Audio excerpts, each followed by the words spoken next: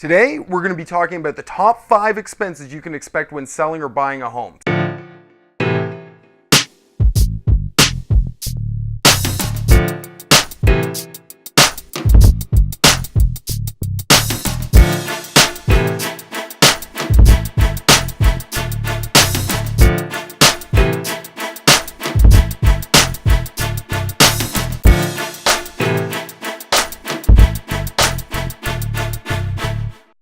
What's up, guys? I'm Steve the Real Estate Guy, and welcome to Steve Kirk's Real Estate Talk, where our mission is to add to the general public's collective intelligence regarding real estate, so when the time comes, you can make the most educated decision possible.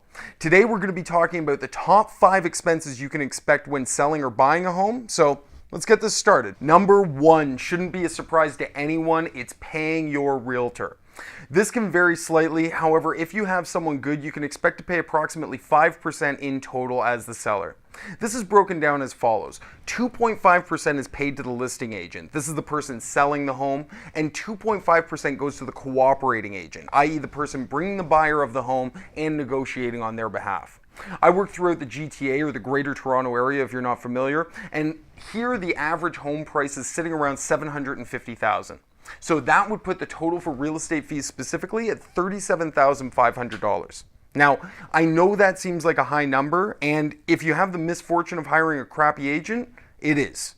However, I have a fantastic network of hardworking agents and brokers who absolutely kill it for their clients and earn every single penny. So just make sure you choose wisely and get an idea of the value that they're bringing to the transaction.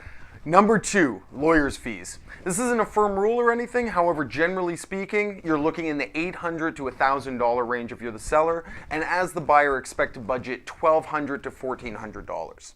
This is a little extra because they'll be doing a title search to ensure there's no liens or encumbrances on the property, which is extremely important. However, we're going to go a little deeper into that on the lawyer segment, which is coming up.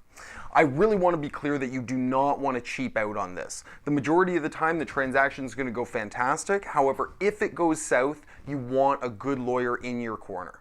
Number 3, land transfer tax. Okay, so this one's a little tricky around this area because if you live in Toronto, not only are you paying a provincial land transfer tax, but you're also paying a municipal one. So working off the same $750,000 sell price, if you live outside of the city, as an example, Durham region, you'll be paying $11,475. And if you're in Toronto, you'll have to pay an additional $10,725, which brings you to a grand total of $22,200.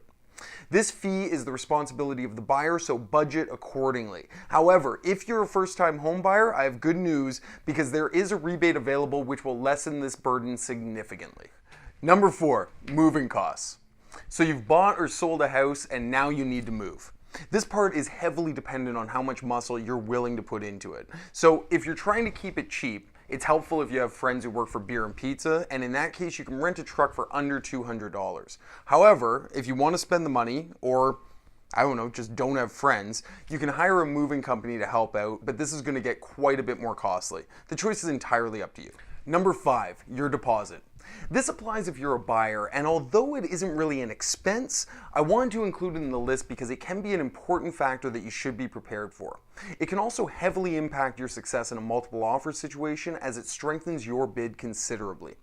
The ideal deposit can be drastically different depending on the specific scenario you're in and the price of the home you're bidding on, but make sure you have at least $10,000 to $20,000 liquid available so that you're properly prepared to submit an offer when you find your dream home. So that's it for the first installment of Steve Kirk's Real Estate Talk. Thank you so much for watching and supporting, and please don't forget to like my page and comment or PM me with any real estate questions you'd like answered in the future.